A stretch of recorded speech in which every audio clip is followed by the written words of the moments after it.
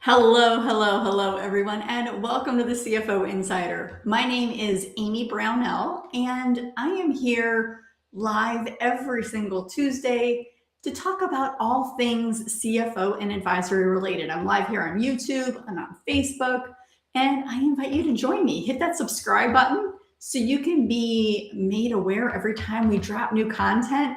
We, like I said, go live every single week, and I would love for you to join us. So this week, what we're going to do is talk about how to find maybe it's your first or maybe it's your next CFO client.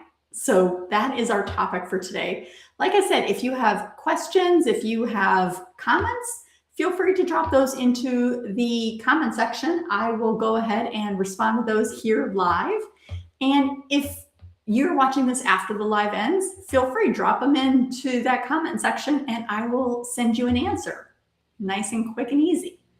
All right, so what I want you to know is that client attraction doesn't have to be complicated. It doesn't have to feel salesy. I have seen people who land their first CFO client. They don't have the biggest audience. They don't have the most polished website. They're not the most polished themselves. That said, the ones who find those clients are the ones who knew where to look and what to say when they got there.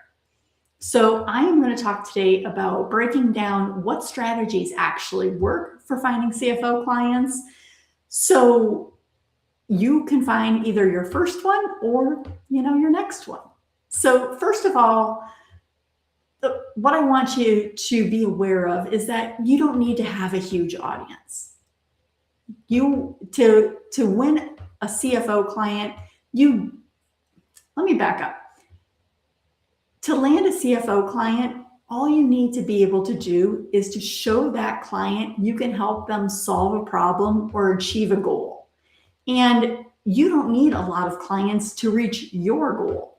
You only need maybe 2, 3, 4. Typically, CFO clients are worth about $3,000 to $8,000 per client per month. So depending on what your goal is, if you are looking to earn $100,000 a year, for example, you only need 2 clients to reach that goal. So you don't need to have a wide network, a wide audience to look at. Some of the ways that people that I have worked with have found clients: use your existing network. I know that this sounds rudimentary and obvious, but there are so many people out there who are working in a field, their business is in a field or their experience is in a field where, hey, people who need help with CFO services. Take advantage of that. Take advantage of that interaction and that knowledge and that knowing who you talk to in that relationship. I want you to tell everyone you know what you are doing, that you have started offering CFO services, and most importantly, how they can help your potential clients solve their problems or achieve their goals. That is so critical. If you already have a network of people that you built through work experience or interest or hobbies, go ahead and use them. Don't be afraid to put your name out there and that you're doing something new and you would love to be connected to someone they know who could use your services. Maybe they themselves need your services. So that is the first thing, taking advantage of your existing network. I often find that is the most underutilized resource that most of us have. All right, so that is the first thing. The second thing is taking advantage of strategic partnerships. So in the case of fractional CFO, a lot of the adjacent relationships can be bookkeepers. So people who are doing bookkeeping but not offering CFO services. So they can be a good relationship. People who are CPAs or EAs who are doing the tax side but not offering CFO services. And other things like insurance agents sometimes, or different kinds of insurance agents, I guess I will say. Sometimes lawyers, if you are working for like family run offices, you can build those relationships through bankers and lawyers. So those are some strategic partnerships where if you build those kinds of relationships, they can often refer you business. And likewise, you can refer them business. So it is a nice little two-way street. So the third thing is networking events. I got to tell you, I'm not a big networking person. I I am a finance girl. People in finance, people are typically not completely copacetic. That said, when you are in a networking environment, specifically this one that I'm going to talk about, which is BNI, Business Networking International, I have seen so many people that I have worked with land clients through BNI. It is bonkers. We are talking about you having building referral relationships with other members of the group, and those people then refer you business while you refer them business. Again, a two-way street. And that is really important from the standpoint of, in addition to getting all of these referrals, there is no competition within BNI. So it's not like you're sitting there and there's another CFO who's getting all of the referrals. There's only one CFO in that group, in that chapter. And that means all of that work is yours. So I would highly encourage you to check out BNI. Now, as far as what to say when you are talking to these clients, it is super important that you come off as the expert. That is, and when I say expert, let me back up. Let me add the word in confident, the confident expert, that people are seeing you as the subject matter expert, that you are the person who is the right person to help them solve their problems, help them achieve their goals. So you need to be able to say the hard things that sometimes need to be said. You need to be able to articulate your value in a way that really resonates with the person that you're talking to. And you need to be able to walk the walk and talk the talk. And if you're not there yet, that's totally fine.